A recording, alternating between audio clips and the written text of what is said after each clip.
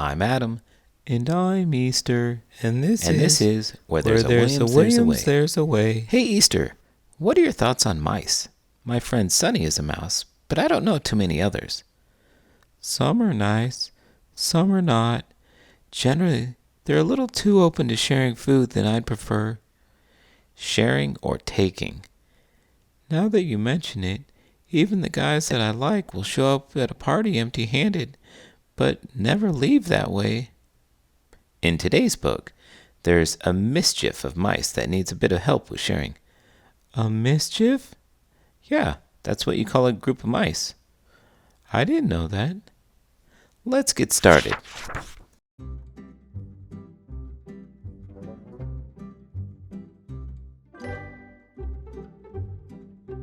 One Big and Three Small.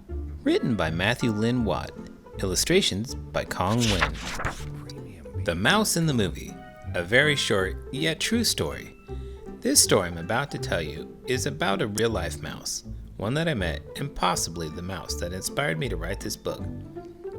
While studying at university, the rare opportunity came up that all my housemates left for the evening. So for the first time, I was home alone. Like any good film student, I decided to take full advantage of the living room, kicking back with some popcorn and tucking into a Saturday night boys flick, Predator. No sooner did the film start, a small little mouse appeared from under the floorboards. Initially, I thought I should shoo it away, but we're talking about a teeny tiny mouse here. Will it really bother me? No. So I just let it sit there, and so I did. The mouse sat there patiently, gazing up at Arnie and occasionally grabbing a few crumbs from the rug to nibble on. I've never seen such focus. The film ended, the credits rolled. I turned off the television and the mouse returned to its home. I never saw it again.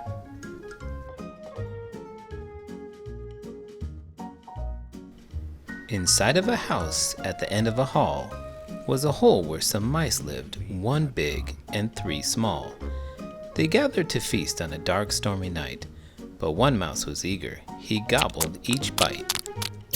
There are 4 of us here. Can't you keep that in mind? You finished the cheese, which is very unkind. I'm the oldest, I'll do as I wish, the big one declared as he licked off his dish.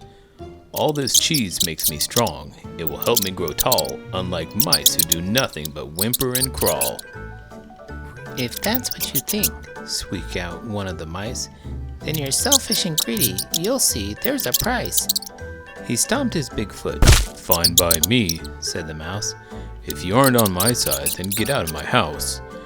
And good luck finding food that's as tasty as cheese. You'll be forced to share scraps of old bread with the fleas. He pushed them and shouted with all of his might, If I see you again, you'll be in for a fright. Then for weeks he ate cheese every morning and night, and he did become strong. On that point he'd been right. The 3 little mice searched all over for food, but little was found and dampened their mood. It's time to do something, one hungry mouse said. I'm fed up with eating this moldy old bread. I want cheese. I need camembert, brie, even blue. There's enough for us all. I just know that it's true. Weren't you scared of mice as a kid? Yep, I sure was. Why? They're so little. I guess I was just like those little guys in the story. My family didn't have much money, and I was worried about food a lot. What does that have to do with mice? Well, we lived in an old house, and we had mice sometimes. I always hated it. What did they do? They chewed through boxes of cereal or oatmeal. Plus, they'd jump out of nowhere and scare me. You realize you're like 1,000 times as big as a mouse. That doesn't matter to a kid. Also, I don't know if mice really do like cheese. That's kind of what they're known for. Yeah, I'm pretty sure that they're indiscriminate eaters. They'll eat anything that they can get their hands on. Or paws. Or their teeth. I've got a good plan, said the mouse with the hat. But we'll need to awaken the big hairy cat. We'll lead the cat back to the hole in the wall. Then our friend will be certain to rescue us all. They found the old cat snuggled up on a sheet. Then a brave little mouse yelled, Wake up! Time to eat! The cat chased the mice, leaping over her bowl. The one place to hide was the wall with the hole.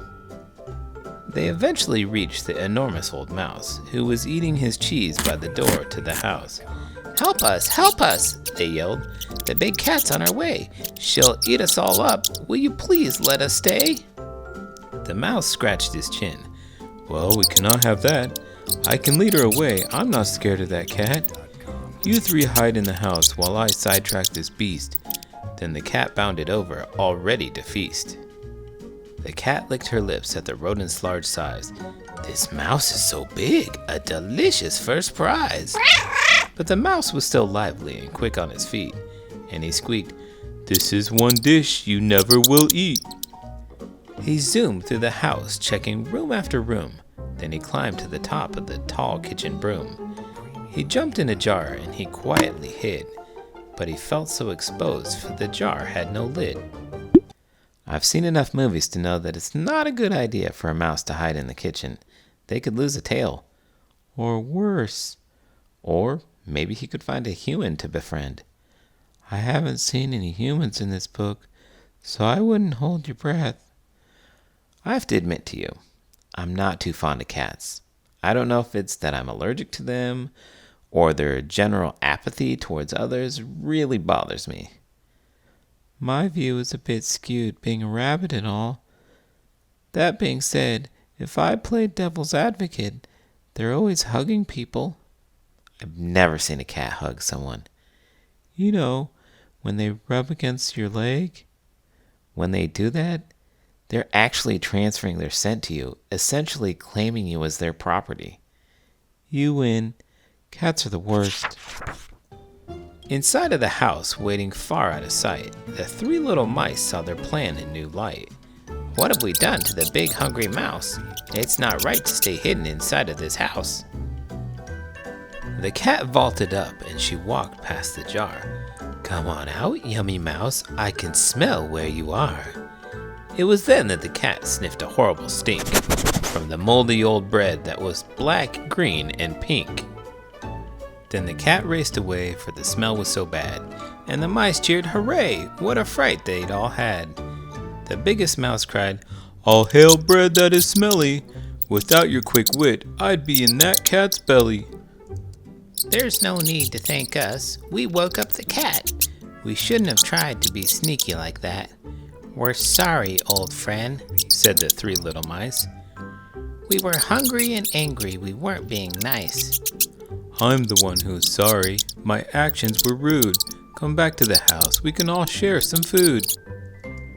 So they all scurried back to the hole in the wall, and they feasted together with cheeses for them all. So they all ate enough cheese that they all passed out?